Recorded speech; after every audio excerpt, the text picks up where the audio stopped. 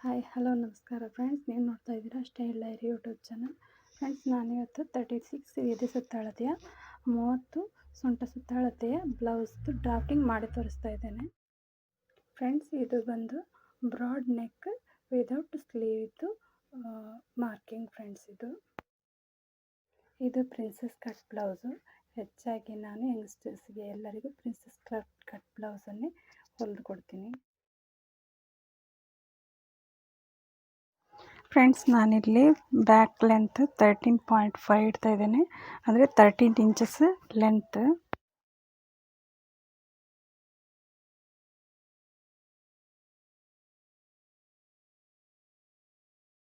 ಇಲ್ಲಿ ನಾನು 1/4 ಇಂಚಷ್ಟು extra margin ತಗೊಂಡಿದ್ದೀನಿ.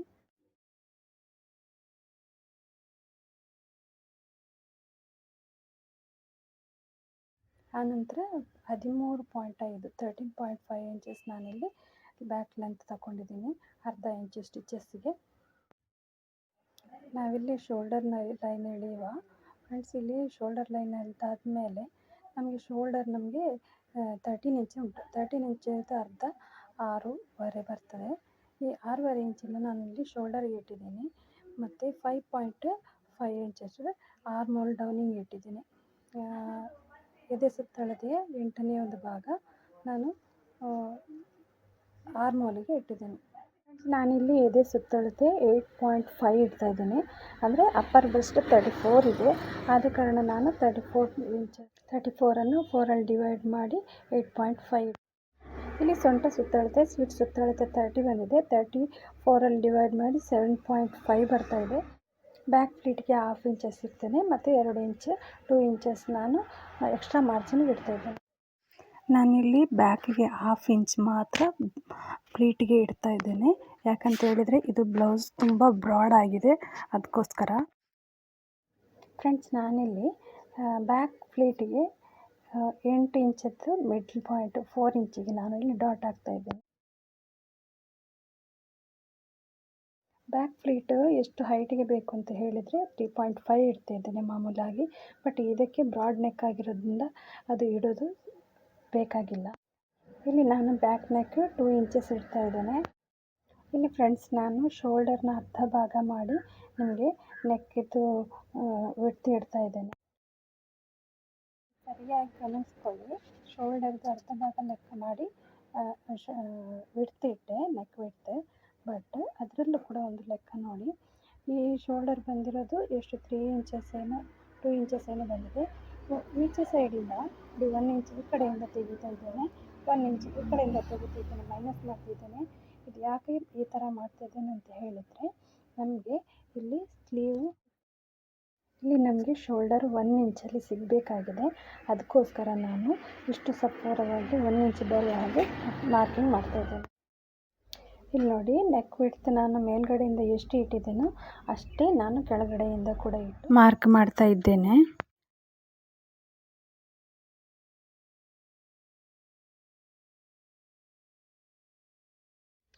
ಪಾಯಿಂಟ್ ಮಾಡಿರೋ ಎಲ್ಲ ಮಾರ್ಕ್ಗಳನ್ನು ಡ್ರಾ ಮಾಡೋಣ ಇವಾಗ. ನೋಡಿ,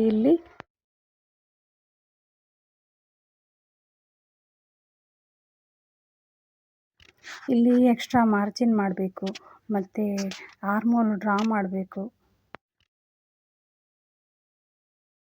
ಇಲ್ಲಿ ಮಾಡಿರೋ ಮಾರ್ಕ್ ನಮಗೆ ಮಾಮೂಲಿ ಬ್ಲೌಸ್ಗಳಿಗೆ ಇದು ಯೂಸ್ ಆಗೋದಿಲ್ಲ. ಇದು ಬರೀ ಬ್ರಾಡ್ ನೆಕ್ ವಿದೌಟ್ ಸ್ಲೀವ್ಗೆ ಮಾತ್ರ ಇದು ಮಾರ್ಕಿಂಗ್ ಮಾಡಲಿಕ್ಕಾಗೋದು.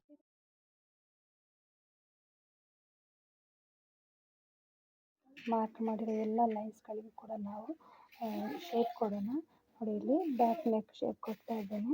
ಸ್ವಲ್ಪ ಆಚೆ ಈಚೆ ಆದರೂ ಕೂಡ ಸ್ವಲ್ಪ ಕರೆಕ್ಟ್ ಕಟಿಂಗ್ ಮಾಡುವಾಗಲೇ ನಾವು ಕರೆಕ್ಷನ್ ಮಾಡಿಕೊಂಡು ಹೋಗಬೇಕು, ಇಲ್ಲಾಂದರೆ ನಮಗೆ ತುಂಬಾ ಪ್ರಾಬ್ಲಮ್ ಆಗ್ತದೆ. ಇಲ್ಲಿ ಬ್ಯಾಕ್ ನೆಕ್ಕಿದ್ದು ಶೇಪ್ ಕೊಟ್ಟಾಯಿತು.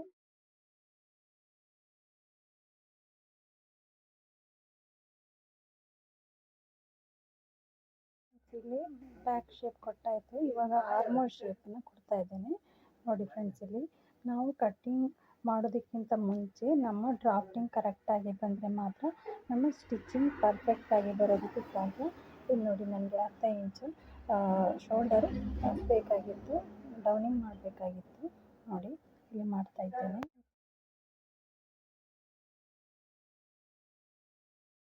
ಇಲ್ಲಿಗೆ ಬ್ಯಾಕ್ ಪಾರ್ಟ್ ಡ್ರಾಪಿಂಗ್ ಮುಗಿಯಿತು. ಇನ್ನು ಅದನ್ನ ಕಟಿಂಗ್ ಮಾಡಿಬಿಡೋಣ.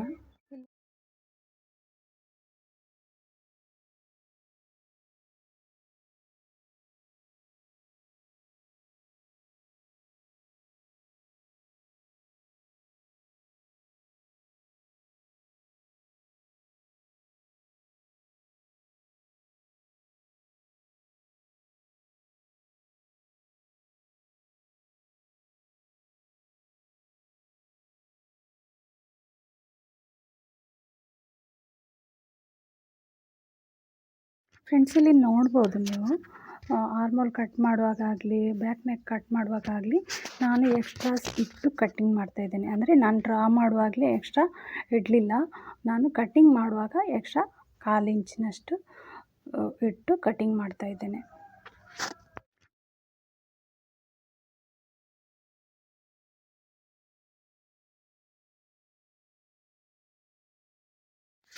ಇಲ್ಲಿ ಬ್ಯಾಕ್ ಪಾರ್ಟ್ ಆಯಿತು. ಈ ಬ್ಯಾಕ್ ಪಾರ್ಟನ್ನು ಫ್ರಂಟ್ ಪಾರ್ಟಿಗೆ ಕಟ್ ಮಾಡುವ ಪ್ಲೇಸಿಗೆ ಇಟ್ಟು ಅಲ್ಲಿ 1 ಇಂಚ್ ಎಕ್ಸ್ಟ್ರಾ ಇಡಬೇಕು ಫ್ರಂಟ್ ಪಾರ್ಟಿಗೆ. ಇಲ್ಲಿ ಬ್ಯಾಕ್ ಪಾರ್ಟ್ 13.5 ಇದೆ.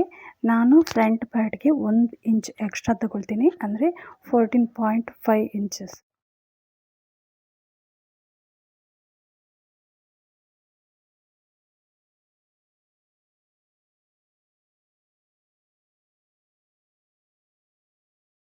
ಇಲ್ಲಿ ನಾನು ಬ್ಯಾಕ್ ಪಾರ್ಟ್ ಹೇಗೆ ಮಾರ್ಕ್ ಮಾಡಿದ್ದೀನೋ ಅದನ್ನೇ ಹೈಲೈಟ್ ಮಾಡ್ಕೊಳ್ಳಿ, ಒಂದೊಂದು ಪಾಯಿಂಟ್ ಮಾಡಿಕೊಂಡು ಆನಂತರ ಅದನ್ನು ಅಡ್ಜಸ್ಟನ್ನು ಕರೆಕ್ಟಾಗಿ ಕ್ಲಿಯರ್ ಮಾಡಿಕೊಂಡು ಡ್ರಾ ಮಾಡಿಕೊಳ್ಳಿ. ಇಲ್ಲಿ ಬ್ಯಾಕ್ ಪಾರ್ಟನ್ನು ಫ್ರಂಟ್ ಪಾರ್ಟ್ನ ಮೇಲ್ಗಡೆ ಇಟ್ಟಿದ್ದೇನೆ. ಎಕ್ಸ್ಟ್ರಾ ಅಂದರೆ ಮೇನ್ ಪಾಯಿಂಟ್ಗಳಿಗೆ ನಾನು ಮಾರ್ಕ್ ಮಾಡಿ ಇಡ್ತೇನೆ.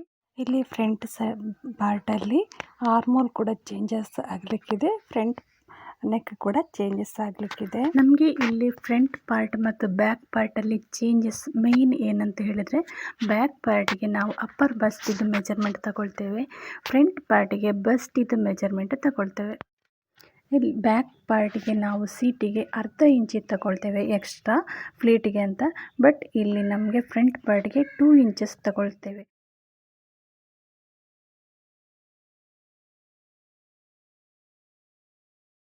ಎಕ್ಸ್ಟ್ರಾ ಮಾರ್ಜಿನ್ ಸೇಮ್ ಆಗಿರ್ತದೆ, 2 ಇಂಚ್.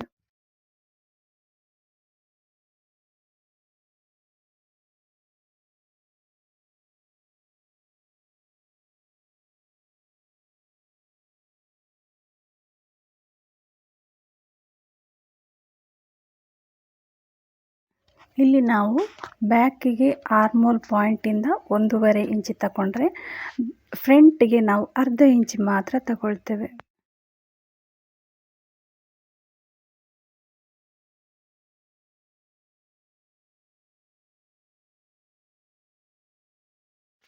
ಆರ್ಮೋಲ್ ಮತ್ತು ಶೋಲ್ಡರ್ನ ಮಿಡಲ್ ಪಾಯಿಂಟಿಗೆ 1/2 ಇಂಚ್ ಒಳಗಿಂದ ತಗೊಳ್ಬೇಕು.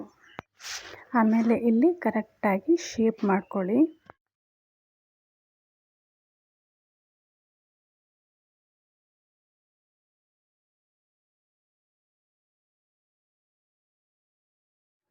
ಇಲ್ಲಿ ನನಗೆ ಫ್ರಂಟ್ ನೆಕ್ 8.5 ಇದೆ ನೋಡಿ. ಇಲ್ಲಿ ನಾನು 8.5ಗೆ ಮಾರ್ಕ್ ಮಾಡಿ ಒಂದು ಶೇಪ್ ಕೊಡ್ತೇನೆ. ಇಲ್ಲಿ ನಮಗೆ ಯಾವ ಶೇಪ್ ಕೂಡ ಹಾಗೆಯೇ ಫ್ರಂಟ್ ಆಗಲಿ ಬ್ಯಾಕ್ ಆಗಲಿ ಶೇಪ್ಸ್ ಕಸ್ಟಮರ್ ಯಾವ ರೀತಿ ಹೇಳಿದರೆ ಅದೇ ರೀತಿಯಲ್ಲಿ ಕೊಡಬೇಕಾಗ್ತದೆ.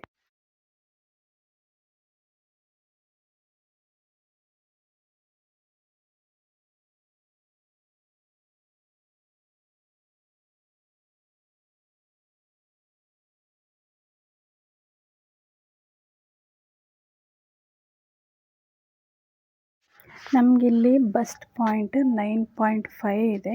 ನಾನಿಲ್ಲಿ ಬಸ್ಟ್ ಪಾಯಿಂಟನ್ನು 9.5ಅಲ್ಲಿ ಇಡ್ತೇನೆ. ನಾನಿಲ್ಲಿ ಮಾರ್ಕ್ ಮಾಡ್ತಾ ಇರುವಾಗಲೇ ನನ್ನ ವಿಡಿಯೋ ಸ್ಟಾಪ್ ಆಗಿತ್ತು, ನನಗೆ ಗೊತ್ತಾಗಲಿಲ್ಲ. ಆನಂತರ ನಾನು ನೋಡಿ ಹೇಳಿಕೊಡ್ತಾ ಇದ್ದೇನೆ. 9.5 ಬಸ್ಟ್ ಪಾಯಿಂಟ್.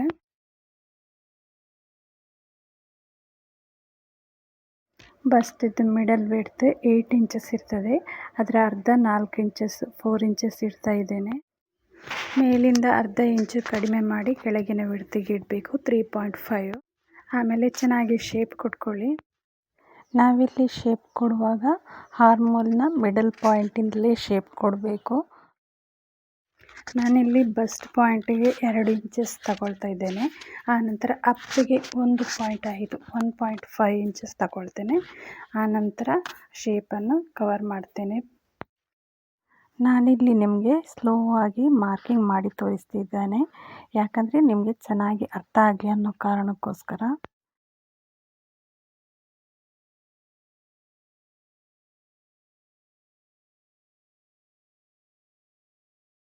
ಅರ್ಧ ಇಂಚು ಒಳಗಡೆ ಮಾರ್ಕ್ ಮಾಡಿ ಆ ಶೇಪನ್ನು ಕರೆಕ್ಟಾಗಿ ಡ್ರಾ ಮಾಡಬೇಕು. ಅಂದರೆ ಪಾಯಿಂಟ್ ಬರದ ಹಾಗೆ ಶೇಪ್ ಮಾಡಬೇಕು, ಡ್ರಾ ಮಾಡಬೇಕು.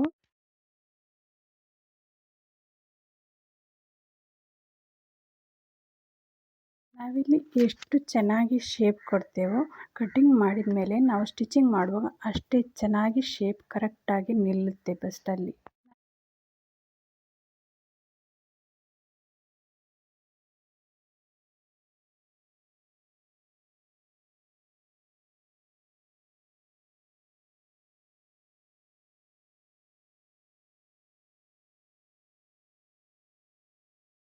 ನಾವಿಲ್ಲಿ ಬಸ್ಟಿಗೆ ಮಾರ್ಕ್ ಮಾಡಿರೋ ಅಲ್ಲಿ ಅರ್ಧ ಇಂಚು ತೆಗಿಬೇಕು.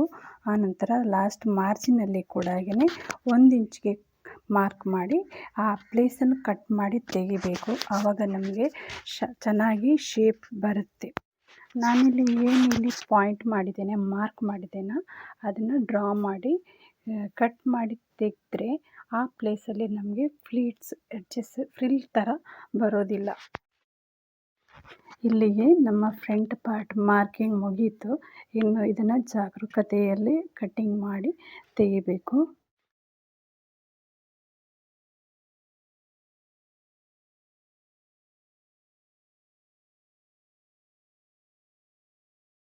ನಾನಿಲ್ಲಿ ಫ್ರಂಟ್ ಪಾರ್ಟಿಂದು ಬಸ್ಟಿಂದ ಮೇಲ್ಗಡೆಗೆ ಕಂಪ್ಲೀಟಾಗಿ ಕಟ್ಟಿಂಗ್ ಮಾಡಲ್ಲ. ಕಟ್ಟಿಂಗ್ ಮಾಡಿರೋ ಪೀಸ್ ಆ ಕಡೆ ಈ ಕಡೆ ಆಗಬಾರ್ದು ಅನ್ನೋ ಕನ್ಸರ್ನಿಂದ ನಾನು ಲೈನಿಂಗ್ ಕ್ಲಾತನ್ನು ಕೂಡ ಕಟ್ ಮಾಡಲ್ಲ, ಮೇನ್ ಕ್ಲಾತನ್ನು ಕೂಡ ನಾನು ಕಟ್ ಮಾಡೋದಿಲ್ಲ. ಒಂದೊಂದು ಸ್ಟಿಚ್ ಮೇಕರ್ಸ್ನವ್ರದ್ದು ಒಂದೊಂದು ಟಿಪ್ಸ್ ಇರುತ್ತೆ, ಐಡಿಯಾಸ್ ಇರುತ್ತೆ. ನಿಮಗೆ ಬೇಕಿದ್ದರೆ ಯಾವ ಪಾಯಿಂಟ್ಗಳನ್ನು ಇಟ್ಕೊಳ್ಬೇಕು ಅಥವಾ ಯಾವ ಪಾಯಿಂಟ್ಗಳನ್ನು ಮೆನ್ಷನ್ ಮಾಡಿದ್ದನ್ನು ನಿಮಗೆ ಕರೆಕ್ಟ್ ಅನಿಸುತ್ತೋ ಅದನ್ನು ಮಾತ್ರ ಫಾಲೋ ಮಾಡ್ಕೊಂಡು ಹೋಗ್ಬೋದು. ಫ್ರೆಂಡ್ಸ್, ಇವತ್ತಿನ ಈ ಒಂದು ವಿಡಿಯೋದಲ್ಲಿ ಬ್ಲೌಸ್ ಡ್ರಾಫ್ಟಿಂಗ್ ಮತ್ತು ಕಟ್ಟಿಂಗ್ ಮುಗೀತು. ಈ ವಿಡಿಯೋ ಇಷ್ಟ ಆದರೆ ಲೈಕ್ ಮಾಡಿ, ಶೇರ್ ಮಾಡಿ, ಕಮೆಂಟ್ ಮಾಡಿ, ಸಬ್ಸ್ಕ್ರೈಬ್ ಆಗೋದನ್ನಂತೂ ಮರೀಲೇಬೇಡಿ. Thank you for watching.